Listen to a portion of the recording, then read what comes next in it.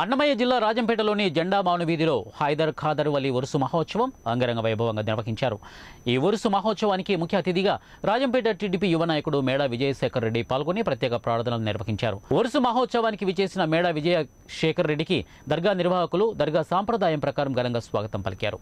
అనంతరం మేడా విజయశేఖర్ రెడ్డి దర్గాలో పూల చాదర్ను సమర్పించి ప్రత్యేక ప్రార్థనలు నిర్వహించారు. దర్గా నిర్వాహకులకు మేడా విజయశేఖర్ రెడ్డి తన వంతు 50,000 రూపాయలు ఆర్థిక సాయం అందజేశారు.